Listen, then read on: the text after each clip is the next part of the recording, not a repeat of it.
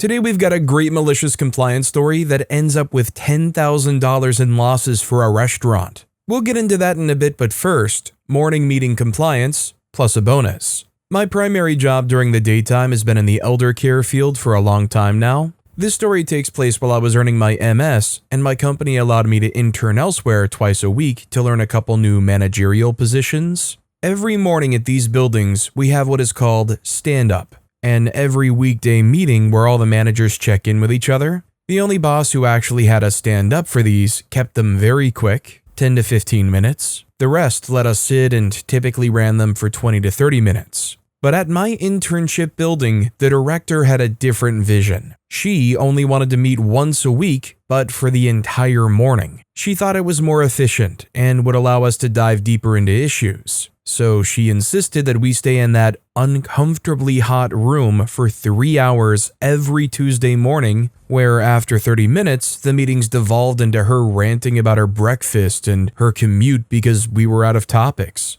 As a good intern hoping to curry her favor, I showed up one day early on with a couple of things I'd planned out to discuss. But I only got a couple of sentences in before she stopped me. If your topic is only relevant for some of the people at the table and not everyone, you shouldn't be bringing it up here. Well, that rule isn't true for anyone else here, and there goes both my topics for the day, but whatever. I shrugged and said okay. So, for the next few weeks, whenever it came my turn to speak, I would simply reply that the things I needed to say weren't for everyone. All my good ideas, everything I had to share from my assistant manager position at my primary building, she wasn't getting any of it. When I wrote my final paper on what I learned from that position, I made sure it was all right with my teacher to write about how a bad manager can teach you what not to do. Bonus, this director had me do some of her work as part of my internship, where I filled out the forms and she reviewed them. One day, she called me out for doing math wrong. She insisted that we shouldn't be rounding up unless the number was at least 0.6. Huh? I tried to explain that it was at 0.5, but she mocked me and said she felt sorry for my math teachers. I mentioned this to another manager who told me to just let it go, so I did. But the thing is, the number she had me correct downward were our census percentages. We had 52 rooms occupied out of 55, so 94.54%. She had been reporting that as a 94%. And according to my primary building's director, the cutoff for their position to earn bonuses was 95% residency. I love that OP went to the teacher and was like, "Hey, so I had an abominable experience at this other place. Can I just write about what I experienced and how that's probably exactly what you don't want to do?" To be fair, OP said that they went to the intern at this place to kind of learn a couple of new managerial positions. I would go out on a limb and say what OP learned from those people might be just as valuable from people that were actually okay at their job. OP basically got handed a gilded map of exactly what not to do. Eastern Passenger commented, "I have this fight in my job now as well. 3.48 must be rounded to 4 because 3.49 is 3.5 and therefore it needs to be rounded up to 4. I've started taking refuge by saying, it's been rounded by the official math library to avoid discussing whether I'm rounding correctly or not. 3.48 rounds down to 3, not up to 4. Also, hi, I'm Steven, and if you guys enjoy awesome stories of malicious compliance, why not hit those like and subscribe buttons down below? Our next story is, it's a tie. My first real job after graduating was in a very toxic company where I stayed 1 year, but I really think that if I had to work again in such a company, I would resign after 1 week. There was no official dress code, but men would dress rather formally, suit and tie or something business casual but still conservative, no jeans, no sports shoes. Then a new guy was hired in our team, a very skilled IT developer, very professional, and a nice colleague to work with. But for some reason, someone up in the hierarchy had an issue with him not wearing a tie like the 3 or 4 other guys in the same team. Our manager actually asked him to wear a tie. Now, by then, he'd been in the company for a couple of months, but had confessed to me he was fed up with the toxic environment and was close to landing his dream job in another company. So he complied and came to the office with an ugly, flashy yellow tie with a big comic character printed on it. He came into the office with a big smug smile and made a point to go and say hello to every employee in every closed office in the building so everyone could see how elegant he was today. He never wore a tie again. He finally landed his dream job and resigned, but then someone reminded him that he'd been on a training paid by the company and that as he resigned less than a year after that, he was contractually committed to pay it back. That was unexpected, and he was still trying to figure out if he should pay or if he should challenge that. But then one of the managers, not ours, but very influential, came to him with a proposal for a deal. They had a confidential project that he wanted him to work on outside of the office. They were very afraid of unions hearing about it, and they needed him to adapt a piece of software for that. And if he accepted to do it without telling anyone, not even our manager, they would waive the expensive training fee. The manager thought it would take 4 or 5 days of rewriting the code, which all in all equate the cost for the training. That was, of course, very confidential, but he was telling me the whole story when the deal was done, and he was in the last 2 or 3 days of his notice period. Then I thought about it. Hey, but I know that app. There's not much to change. With his smug smile, like with the tie, he replied, "Yep." Me, thinking a bit more, replied, "There's even nothing to change in the code. Not a single line, just one flag to change in a table for some records and that's it. That's literally a 10-minute job." Him nodding still with the smug smile, just bigger. "Yep." I replied, "Well done, you idiot. You screwed them." So they wanted a piece of software adapted that they don't want the unions to find anything about. They're willing to go under the table and try to negotiate with somebody behind closed doors to get this done, and yet they don't know that it's a very, very simple change. I guess it just reinforces that it goes to show it literally pays to know what you're managing. Like, I wouldn't expect somebody way up in the hierarchy or the manager themselves to actually be like jumping on writing code or adapting software or whatever, but I would hope that that person could see what needs to be done or the task at hand and understand what actually does need to be done. It's like hiring somebody to be a math teacher, equipping that person with the teacher key version of the workbook, and then just letting them go. I'm sure those kids, or in this case, the people who work under that manager, are going to be well managed. Likeably Weird commented, "I was a temp worker and I was in an office that required suits and ties. One old guy was fed up with it and wore 2 tube socks tied together as his tie. He was close to retirement, so no one called him on it. It was a 'love your tie today, George' kind of thing." Made us smile.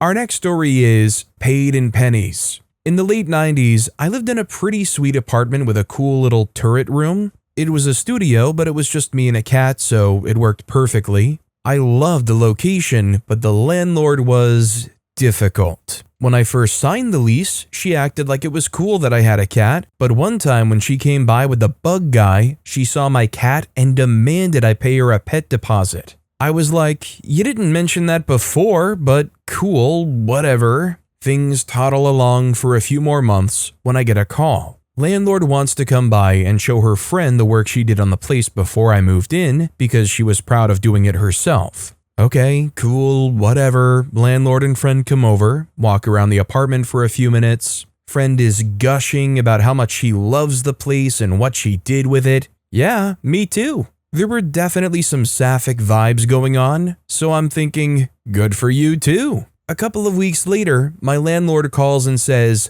"I want you out by the end of the month." I'm like, huh? What? And she tries to say it was because I didn't tell her I had a cat when I moved in, despite us having that discussion and me paying her the pet deposit when asked. I explained this to her. She was adamant, tried to gaslight me, and insisted I had to get out. Turns out her friend fell in love with the place and was in need of a new spot by the end of the month. She never told me this directly, but the downstairs neighbor heard them talking about it on their way out. I ended up finding a much better place to land in a better neighborhood, so I wasn't screwed, but I was still incredibly ticked over the whole thing, due to the fact that she was so crappy and dishonest about the whole thing. So I delayed paying her that last month's rent until move-out day because freak her. On that day, I decided to go down to the bank and cash in the rent amount, like $350, it was the 90s, for pennies. The bank gave me rolled coins, which I promptly opened into a couple of Kroger bags. I moved all my crap out the day before, so I just met her there for a walkthrough, and when she asked for the rent, I handed her the bags full of pennies. She got red-hot ticked and screamed at me, said I was going to have to wait here while she counted it. First, she tried to get me to count it and roll it, to which I replied, "Nah, jerk. I know how much is there. Call me if it's short." I think this is actually a very decently good malicious compliance / light revenge, because in most situations, if I brought $350 in pennies to the bank, they're going to say, no, you have to roll them before we would ever accept them. Maybe this revenge is more of a me thing in particular, because I'm the kind of person where if I have 80 plus of the same small task, that is an agonizing thing to me. Oftentimes, unless I'm particularly motivated, something like rolling up all of those coins one by one is like torture to me. Space Lemur 34 commented, "You're lucky your landlord was stupid because per federal law, they didn't have to accept the pennies as payment." Our next story is, colleague was adamant he wanted Asterixes on his presentation. You got it, buddy. I was working in the marketing department in the mid-2000s. A colleague, Paul, was pacing up and down behind his desk, dictating a PowerPoint presentation to me whilst I put it together and made it pretty. He said he wanted an Asterix in front of every bullet point. Well, I'm a terrible pedant and don't really get on with this guy. We had an argument yesterday, the day before this incident, about h/h, which he refused to concede despite me practically rubbing his face in the dictionary. So I'm in the mood to argue with him again. "You mean asterisk, not Asterix," I said, as passively as possible. He stopped and stared at me. "It's an Asterix. Rix. It's a little star if you don't know what it is." I say, "Yeah, that's an asterisk. Risk." He replies, "You're wrong, it's Asterix." He looked at our other colleague in this 3-man department. "It's Asterix, right?" John just shrugged silently and kept his head down. I said, "I wasn't wrong yesterday, was I? Should I fetch the dictionary?" He replies, "No need, it's Asterix, end of story, just do it." I say, "I'll do it, no problem.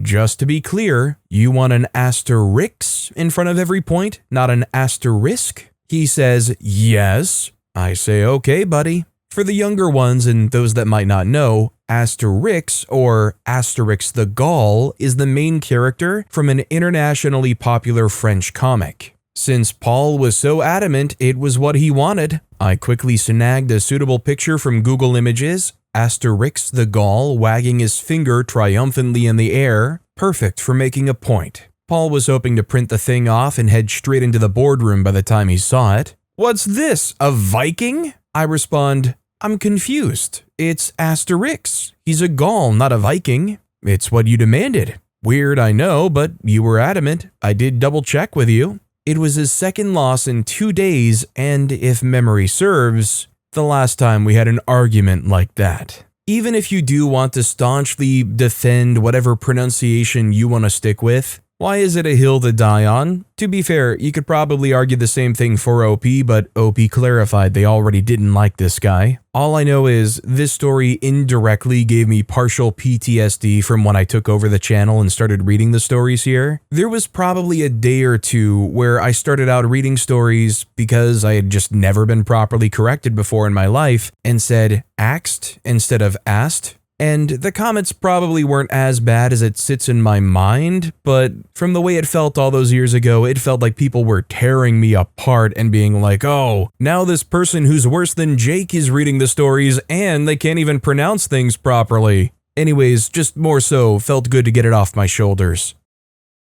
Our next story is, I was very compliant during a timeout as a child. When I was about 4 years old, I was throwing a tantrum over something dumb. Honestly, I don't remember what. I know I was in nice shoes and a party dress, so I was probably sad I had to leave a friend's birthday party. My mother put me in a timeout in an upholstered chair in her dining room. She said I was not allowed to get up or make a sound. I'm currently 20 and I have a visceral memory of stopping crying long enough to be afraid of how big she looked bent over the chair as she yelled at me. Then she left the room. That's when I realized I really needed to go to the bathroom. I hadn't since leaving the birthday party, but I wasn't allowed to get up or make any noise. I remember trying to wait as long as I could, not that long, before realizing that I was going to be in timeout forever, so I may as well let the inevitable happen. I was still crying from being yelled at. I remember thinking, that'll show her not to tell her I shouldn't move or make noise.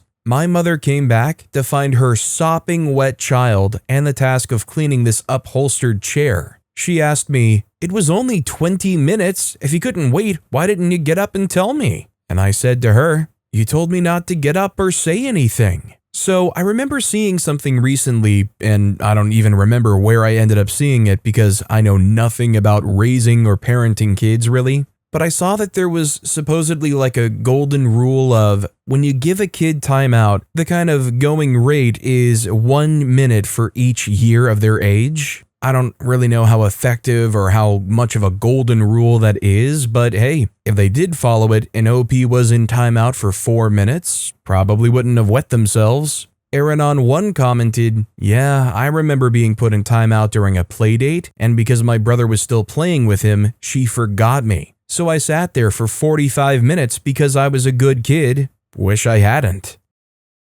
Our next story is, in order to couple trains, the book says to make them kiss. This story of malicious compliance was shared with me by my grandfather many years ago, so some details may be lost, and I'm not sure about all of the job titles. However, I will do my best to convey the main idea as I recall it. My grandpa used to work for the railroad as a signalman. His role was to ride on the back of the train and use a lantern to communicate through signals to the train driver at the front. At that time, trains were much shorter than they are today. In modern times, safety regulations are written in blood and have good reasons behind them. My grandpa said that back in those days, safety protocols were still being developed, and those working on the trains had a better understanding of what was truly safe and effective, as opposed to what the rulebook suggested. A bit more information, the mechanism that connects trains is called a coupling, and the two parts come together, lock, and they're solidly connected. Now, to compare the situation to Lego, you don't just delicately set one Lego on top of another and expect them to connect.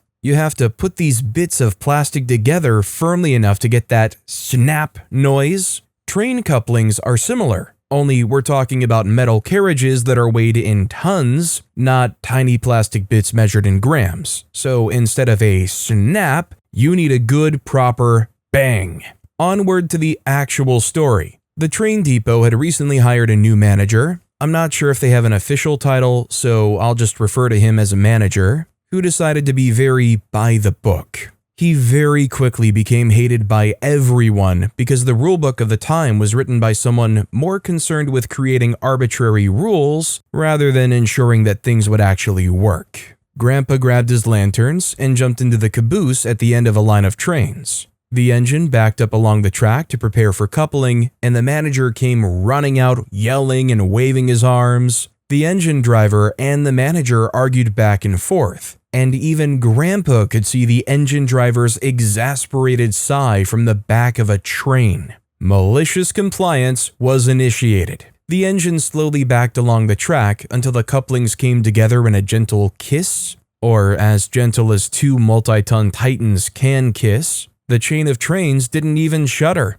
The engine driver then moved forward, leaving the line of trains behind. The couplings touched, but there was no bang to signal their connection. Grandpa signaled that it didn't work. The train stopped and then slowly and gently reversed again. Another kiss, but no coupling. Pulled forward, backed up, tried again. Kiss, no coupling. This repeated for 15 minutes before the engine driver and the manager got into another argument. Grandpa said that he could guess the argument. The engine driver saying, "This isn't working and we're wasting time. We need to get back on schedule." The manager replying with something like, "Nope, keep following the book exactly, no deviation. The book says this will work, so follow the book until it does." 15 more minutes passed of kiss, no coupling, pull forward, back up, try again. They had been at it for 30 minutes by now, and the train was officially behind schedule. However, the manager was still insisting that they must keep doing it by the book. Finally, someone higher up, the depot/station master, came along trying to figure out why the engine was acting like the slowest pendulum in existence and why they had wasted half an hour. After getting the story from both the engine driver and manager, Depot Master finally told the manager to shut his howling screamer and let the people who actually work on trains get the job done. This stupid process had gone on long enough, and it was painfully obvious that the book was wrong. The manager crossed his arms and was steaming. The engine pulled forward a bit more than by the book. The whistle blew its warning call and then came in reverse at a good clip. Obviously not at full ramming speed, but fast enough to get the job done. Bang! The line of trains shuddered gently, and then the engine pulled forward. The trains were finally coupled. Grandpa signaled, "All good," and the train got underway. Grandpa didn't get to hear the reaming, but the manager looked like a little boy getting the scolding of his life as the caboose passed him on its way out of the depot. If that depot and/or station manager didn't step in, I wonder how long this was going to go on before the engine driver, who I'm assuming is a very valuable employee to the point where they're probably not going to want to fire them if they go a little bit rogue, would finally just take it into their hands anyways, pull forward the needed amount, and just get that bang out of the way. I mean, I don't fault anybody for dawdling as per your manager's direct orders or anything, but I feel like if it were me, after half an hour of this, I'd be like, let's go already.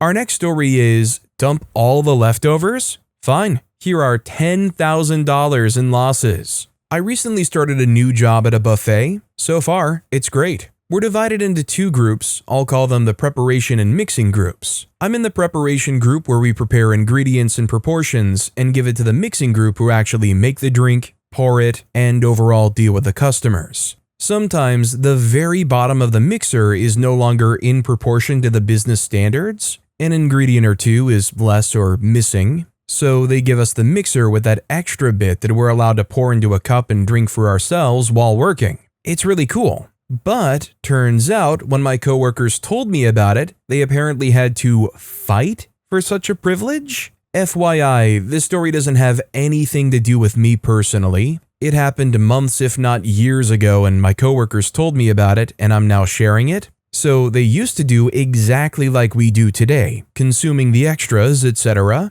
But then one day the manager found out and he was outraged. He started yapping about employee responsibilities and how drinking smoothies while working is wasting time. Somehow drinking water for the exact same amount of time is allowed but smoothies aren't? And told them all to dump all the extras in the sink regardless of what's happening. Of course, nobody listened, and they still drank. But one day he saw someone drink again and had him fired. He was fired for drinking a leftover cup of fruit juice. And then he said this exact quote, "Dump all the leftovers. I don't care the amount. Dump it all." After a while, the mixing group heard of the incident and they were righteously furious. After a careful read of their contracts, they're the only one to have contracts. Most of the preparation group is underage, including me, so no contract. They found the lines about proportion policy and saw that it was a lot more strict than what the manager was enforcing, and they devised a plan. The mixing group would intentionally have most of the ingredients on top of the mixer, so that after the mixing group is done with the pouring, more or less half of the mixer is no longer in proportion and is considered leftover. And as per instructions, it gets dumped. It was a lot. One mixer usually adds up to 4 or 5 cups. Now it was 2, hardly 3. Nobody would drink the rest, Rather, it's all going to the sink. And considering the smoothies we would make feature ingredients that are pretty freaking expensive, upper management started noticing that something is up with the calculations. This dumping continued for months apparently, and when upper management ran the calculations, they found out that it doesn't add up in the slightest. The amount of avocado, dates, figs, etc. was about half that amount in sales, which was expected on our end. One day, they stormed the store questioning everyone because the losses over time were estimatedly in the thousands, if not tens of thousands. They asked around, and they were told the story. Manager didn't know crap and couldn't respond to them, but the preparation group said that the manager told them to dump everything, and so they did. Let's just say there's a reason I couldn't recognize the manager they were talking about. Also, weirdly, the old manager, in the time it took for to fire him, couldn't fire the mixing group? Something about probable reason or contract expiration or whatever. I'm not in touch with it legally, but turns out he just couldn't. I don't know why, and I'm not one to question it. I guess the moral is, don't tick off your workers when they're being massively overworked, over 70 hours a week, and being paid about 2/3 minimum wage. Now, to be fair, I do think most places, as unfortunate as it is, almost have to have this policy simply because I guess there's oftentimes been too many cases where people will intentionally be like, oops, mixed it too wrong, now I get to just drink it. The same reason many places just don't allow the employees to eat the excessive food or take home the food or drink whatever leftover drinks. It unfortunately gives leeway for the bad actors to create waste. Kind of someone a very long time ago already went and spoiled it for everybody else, so now we can't have that again. Our next story is, had to comply before my boss would see that an idea was so stupid it would prevent customers even entering the store. Apologies for the verbosity. I remember this all very clearly, though it was 25 years ago. From 1997 to 2004, I was a retail manager, mostly for a chain of record stores. I was widely considered to be one of the best managers in the company, mainly because I worked very hard, was very diligent, hired good staff, and took great pride in my work. My branch ran like clockwork, so I was frequently sent to other branches that were failing in order to get them licked into shape, to install better routines, and to retrain staff to keep it that way. The company even used in-store administrative paperwork that I designed because I found the existing stuff messy and inefficient. All this to say, my opinions were well respected and any concerns I raised, well heeded. Until October 2001. I was asked to sign for a consignment of trestle tables. That's how they were described. They were folding wallpaper pasting tables. I thought there must be some mistake, but no, it was addressed care of OP and to my branch. The accompanying memo said that I needed to erect these tables, all 20 of them, on the shop floor and staple the accompanying plastic, rolls of what I can only describe as trash bag plastic, both in quality and smell, but red, to the tops of them like tablecloths. There are a number of issues here. Firstly, what for? We have beautiful bespoke powder-coated shelving for all the CDs, etc. It's a slick, professional retail space. What's the deal with wanting it to look like a yard sale? Most importantly, my store, at least the retail space, is small. Barely more than 15 feet by 20 feet in fact, and the middle of the room is dominated by a large, immovable rack unit which houses the back catalog CDs. Customers already complain that the store is cramped. People in wheelchairs and parents with strollers complain that it's hardly navigable. So even one of these tables is going to provide a maddening and pointless obstacle, perhaps even a safety hazard, not to mention blocking access to existing stock. Just one. I'm supposed to erect 20. This is ridiculous. So I called my regional manager, I'll call him Greg, and asked him what this was about. In fact, I gave him my thoughts in the strongest possible terms, but he seemed to think it was a brilliant idea by our recently installed new owners and would get customers in. I pointed out that on the contrary, it was guaranteed to keep customers out since they had sent me 240 square feet of tables and I only have around 220 square feet of floor space. They couldn't get in even if they wanted to, and they would only want to out of sheer morbid curiosity. He simply could not understand the problem. I implored him to understand the numbers, to visualize the absurdity of this.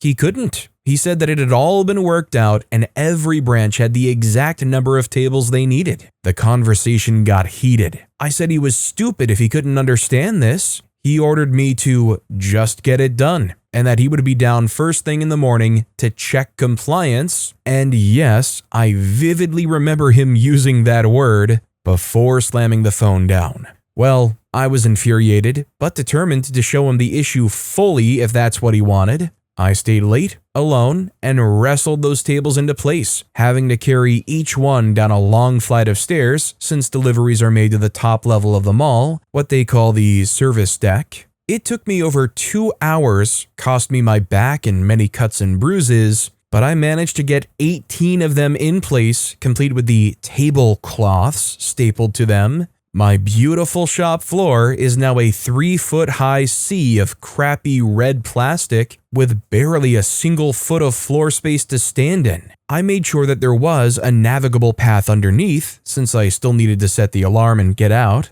I did so, having to literally army crawl under the tables to the exit, just managing to get the shutter down and locked in time. The next morning, about 8:35 a.m., Greg there as promised, having gotten there before me. He was standing in stunned disbelief, looking through our grill shutter at this scene. "What have you done?" he said, somehow in disbelief. "Exactly what you asked for. Exactly what we talked about yesterday. Wait there." I slid the shutter up and army crawled back across the floor to the alarm to disarm it, before shouting back to him, "That's what I have to do just to get in. What do you propose the customers do if they want to buy something or even look at a product? Should they walk on top of the tables or crawl underneath?" Greg's eyes were like dinner plates as he stood helpless at the entrance. How he couldn't picture this in his mind yesterday, I don't know. But I think he sees the problem now. "Actually, Greg, this is only 18 of the 20 tables. We could stack the other 2 on top if you want."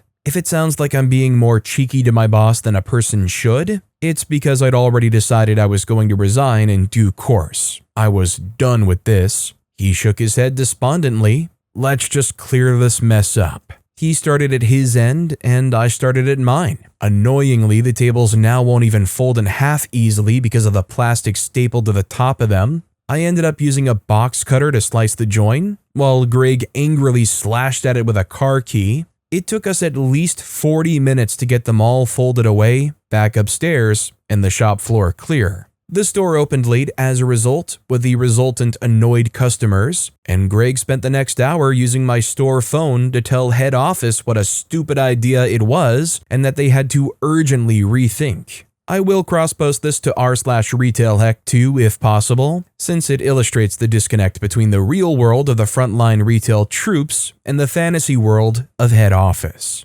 Even being completely spatially aware, and also it's kind of frustrating that this is the 90s/early 2000s and you can't really just like snap a picture and send it over and be like, "Come on, you literally have to see this is not possible." But the most frustrating thing is, there's no plastic table with a red plasticky cover that is going to make you go, "Ooh, I really like this music store over every other one." What even was the plan? Have like the Walmart $5 bin, but a table equivalent where they hand select the stuff they really want to just get rid of stock? Please purchase our curated Muzak. But with that being said, that's all the time we have for today. Now, if you want to hear another absolutely crazy malicious compliance story, check out that video on the left. Or if you missed my latest video, check out that video on the right. That said, I'll see you all next time with some more stories.